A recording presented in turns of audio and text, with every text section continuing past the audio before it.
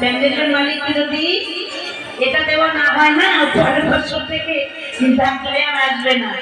ওই যে এখানে সাউন্ড সিস্টেম দিয়ে বসে আছে, হ্যাঁ, এই দাদাদের যদি এটা দেওয়া না হয়, পরের বছর থেকে ডাকলে পাওয়া যাবে, তাই না? স্বার্থের বিনিময়ে সবকিছু হয়, সব কোথায়, সব কোথায়। এই যে আমরা শিল্পীরা এখানে গান করতে এসেছি কেন? দুটো পয়সা পাবো বলে, তাই না?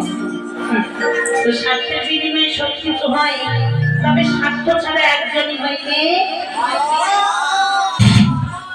সবার মা, আমার মা। তাই তো গানের ভাষা মহাদেব কি বললেন?